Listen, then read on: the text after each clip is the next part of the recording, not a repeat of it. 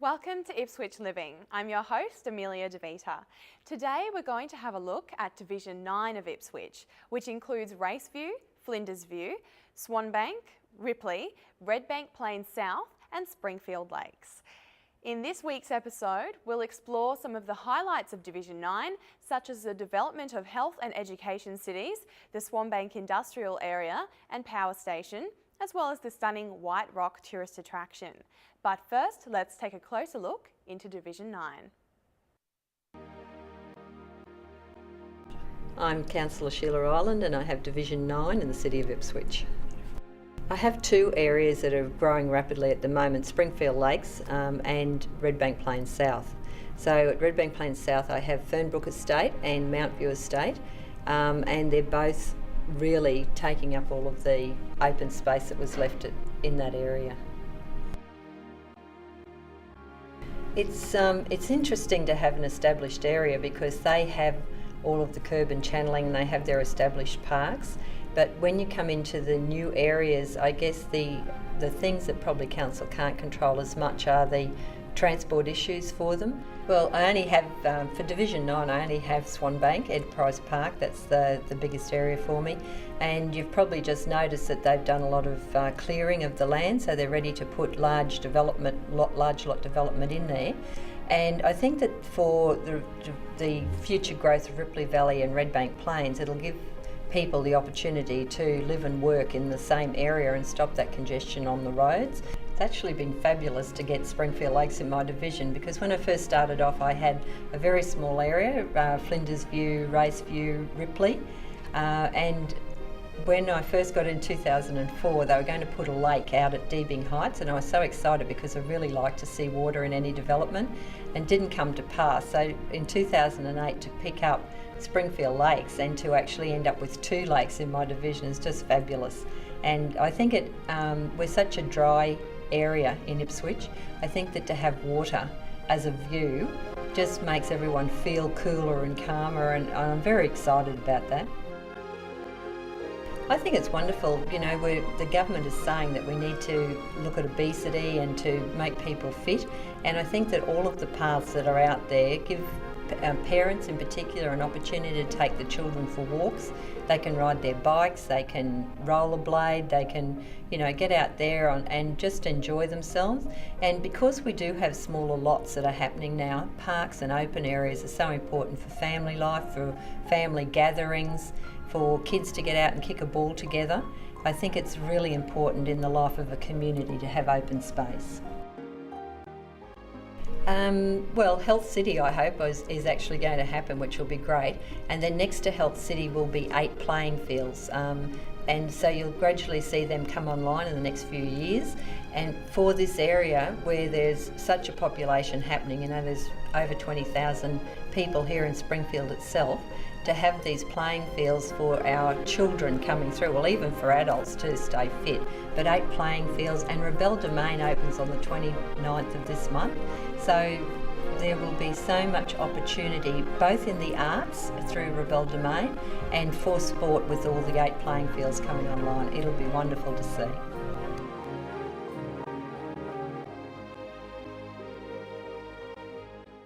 Coming up next on the show, we speak to Terry Kearney about the development of health and education cities in Springfield Lakes and pay a visit to one of Red Bank Plains' hidden treasures, the beautiful White Rock.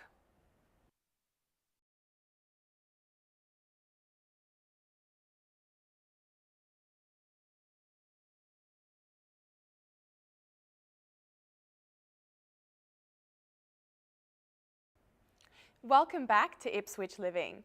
As many know, education is the heart of Springfield Lakes, with more than 8,700 students from daycare to university already in Greater Springfield. There are many opportunities for lifelong learning. Education City is the new central learning hub in Greater Springfield, with the University of Southern Queensland, Bremer Institute of TAFE, Union Institute of Language and Patch Early Education Centre being just a few of the schools residing in Springfield Lakes. We spoke to Executive General Manager of Health and Education, Terry Kearney, about the future for Education City.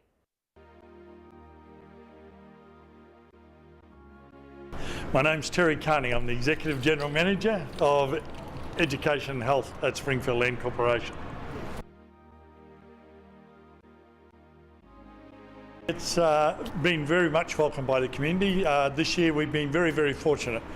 3 schools have opened within Greater Springfield itself. So in Springfield Central, there is Springfield Central State Primary School, and on a separate campus, Springfield Central State High School. These are both schools that will grow with the community around them. So Springfield at the moment is developed. There are 21,000 people who call Springfield home. And as we grow from 21,000 to 105,000, you can appreciate there is great excitement from community about the emergence of 2 new public schools, and then further that there's an Indigenous school that's also opened its doors this year. It's what I was saying with the concept of population and the growth of population. Springfield is very, very well serviced for education, and it's really a learning city. We have a university, as we know, with the University of Southern Queensland being a very early adopter in this space. That with Bremer TAFE, a whole lot of private providers, and then the schools feeding through to that university and to those TAFE training places is seeing quite exceptional growth. As population continues to grow, we will see more schools come. At the moment on the drawing plans is certainly another state primary school to feed into the high school that's open this year. And with that also, Catholic Education have 2 new schools over the next 10 to 15 years on their drawing board.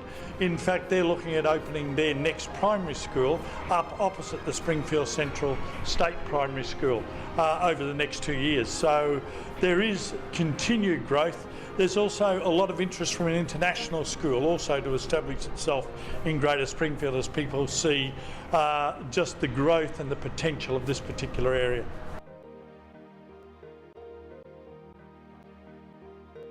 The Himnayumba Community Hub is an Australian first. It's actually an Indigenous school, but it goes from creche through all the 12 year levels and then on to training.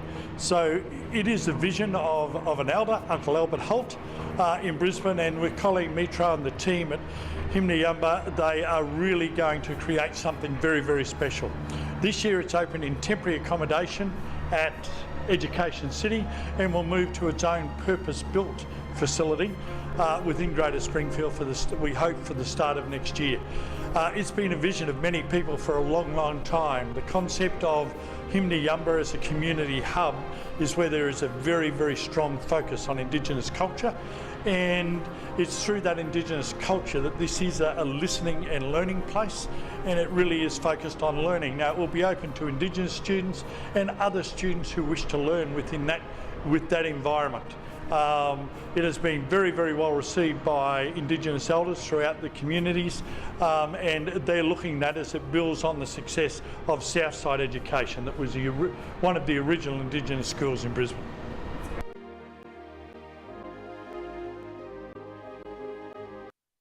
Here are some exciting events coming up in the Ipswich area for you to be a part of.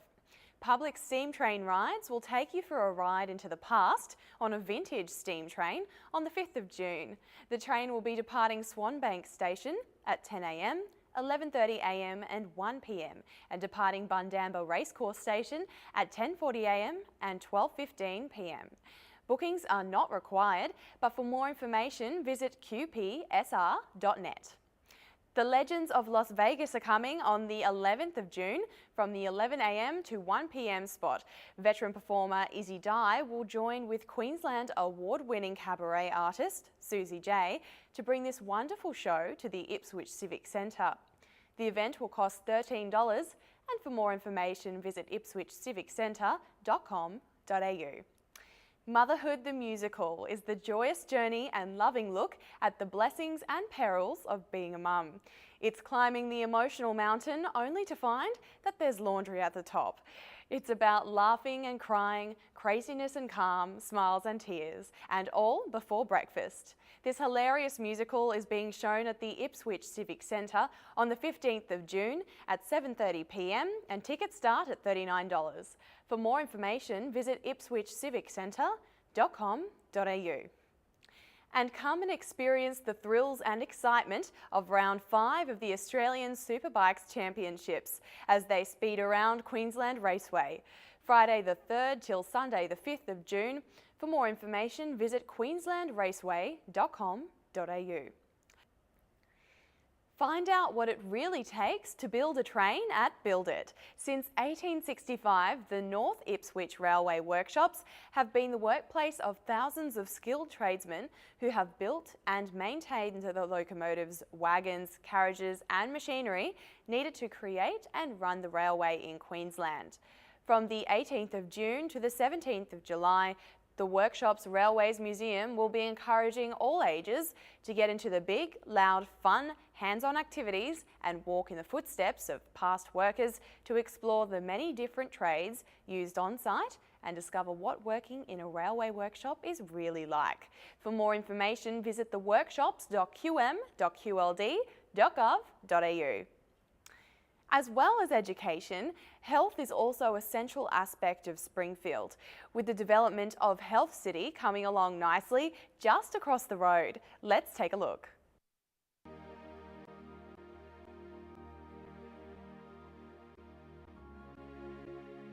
Yeah, the master plan of Greater Springfield is quite exceptional in that it created two very specific precincts. One is Education City that we stand in now and that we've just spoken about, and also there is a precinct called Health City. Health City is 52 hectares. So it's 52 hectares that has been set aside by the master developers to create specifically a health focus. They started their work on Health City with a Harvard Medical International research work being done on what would you do if you did have 52 hectares that could be dedicated to health. Harvard came up and wrote a significant paper that really said if you want to look to the future of healthcare, you need to look to the future of servicing the customers, in this case the residents of Greater Springfield, and for those that will see Health City as a destination, and I predict will come from Brisbane, will come from Ipswich, to be here and receive services.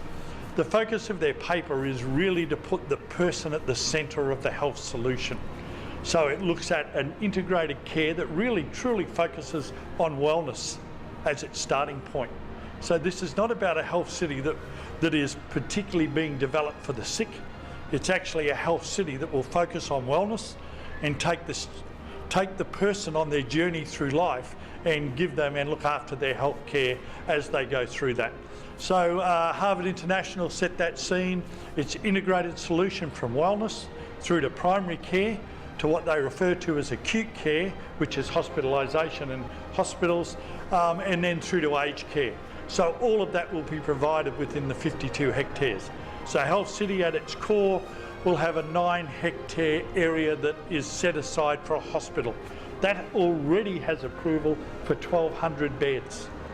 Now the reality of that is we might never get to the 1,200 beds because hopefully there are health solutions that are very laterally different to what we're about today.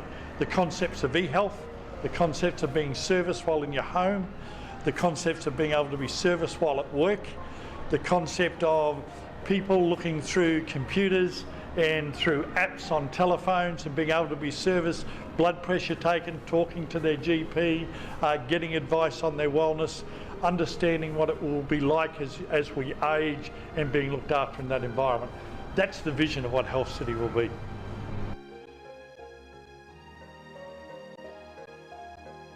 Health City, as you can see actually behind, at the moment there is a lot of life in Health City, but it's actually all education life. The concept of Health City was to start and to understand under the banner of live, learn, work and play, that we would actually educate and train people so they wanted to go into health and health services as a career. So at the moment there are the two high schools that we talked about, the Springfield Central State High School and St Peter's Lutheran College, with their main headquarters at Indooroopilly, have been here for a number of years in Education City. They're building in Health City a purpose-built P12 campus that will open for the start of next year. Both these schools will also be able to focus on health curriculum and start to provide those students who have an interest in health and want to be able to be the future employees within Health City. The real announcement has been made of recent times with our partnership with Mater Health Services. And we all know Mater at South Brisbane, and we know their intent to want to come and move in to Greater Springfield and be the major acute provider here. They formed a relationship with Platinum Medical Group, and Platinum Medical Group is a group of GPs that also in a relationship are starting what we refer to in the Harvard Medical Report as this integrated seamless service from your GP through to your specialist. If you need hospitalisation, focusing on that. So you should watch this space. Announcements in the very near future about when work will start within Health City. I think the reality of this, Greater Springfield in its first development residentially is looking at a 2030 development timeframe. I think you need to understand in the relation to Health City that the development's starting now and will now continue through to 2030, but will also continue beyond that. 52 hectares specialised, looking at health services, looking at retirement, looking at aged care, looking at education provision, universities focused particularly on health and health services and medicine, and in the context of Medi hotels, of other hotels that would support people working within that. It is an amazing development, and I would predict will go on for many, many years into the future.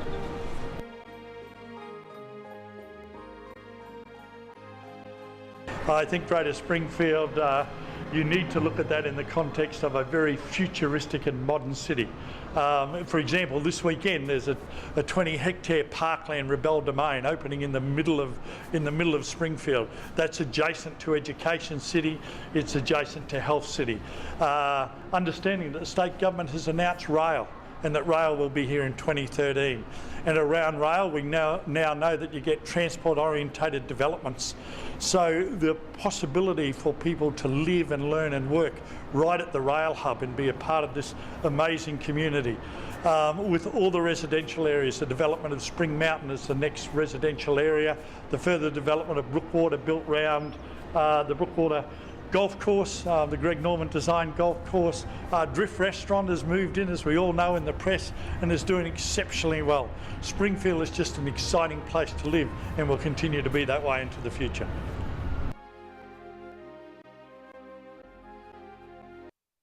It just goes to show how much Springfield has to offer its residents. Coming up after the break, we uncover one of Red Bank's hidden gems, White Rock Conservation Area, plus an exclusive interview with the unofficial mayor of Swan Bank.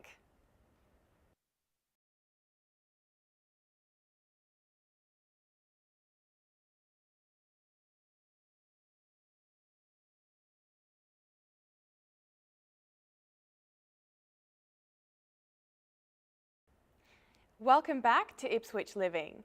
Very few people know that Red Bank Plains South is home to one of nature's best kept secrets. The beautiful White Rock Conservation Area is just a stone's throw away.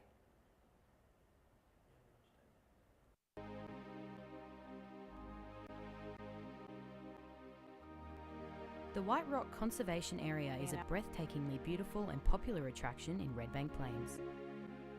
I come out here quite a bit. I like climbing mountains and bushwalking, but as I'm getting older, I'm finding the heat and humidity is affecting me more, so I find this a really good walk to do in the summer heat. You get terrific views and it's peaceful. This 6.5 kilometre scenic hiking track stretches from the Paperbark Flats picnic area to White Rock itself. I always start from this picnic area, but down the bottom of the hill there's another picnic area, and you can start there and you can follow a road, a flat road all the way in, and you've only got a bit of a climb when you get to near the rock, and there's a bit of a climb up to a saddle. Visitors can come and participate in activities such as hiking, horse riding and recreational touring.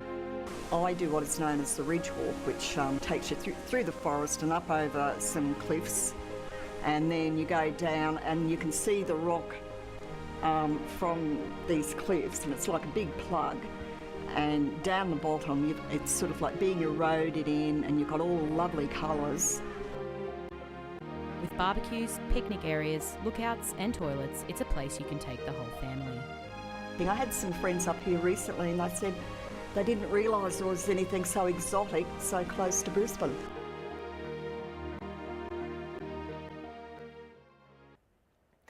Who knew that that beautiful conservation park was hiding in our own backyard? Swan Bank is home to some major industrial areas, including Ipswich's main power source, Swan Bank Power Station. We spoke with Joe Llewellyn, the unofficial mayor of Swan Bank. I'm Ed Llewellyn, born in this area at 1931. I'm 80 years old. Lived here all my life, more or less, around this area. First lived here, it's mainly all coal mined around here. They used to send many tons of coal away by rail. Used to be 2 trains a day come from Ipswich and Mandamba. Took 2 lots of wagons of coal away. It used to go to Tennyson Power Station and Murray Power Station. And after a few years it went to the power station and it closed down. They're going to close the other power station down at the end of next year, probably, that A station and B station. They're trying to turn the industrial area, which is going to be a lot of buildings here, industrial stuff, but most of it is rubbish and recycling for compost, for gardens and stuff like that. Most of the rubbish comes from Brisbane or all over the world. Actually comes off boats and into the area. About 300,000 tonne a day. Thies with their main people, but I think Leighton's own it now. And we're having a bit of trouble with the heights of their contours on their rubbish fill. They're going up higher than I think they should be. There's water running out the ground, out round the rubbish fill out there, where it's coming out of old mine workings. I don't think it should be doing that. I've been on to different organisations, government departments, but no one seems to be able to do anything about it. Oh, the future's all right for the area. The Ripley Valley is just above Swan Bank. There's investor, they've got a lot of ground being cleared now, ready for industrial area. What else? It's about like, and so we've got one more power station left, which is FE station.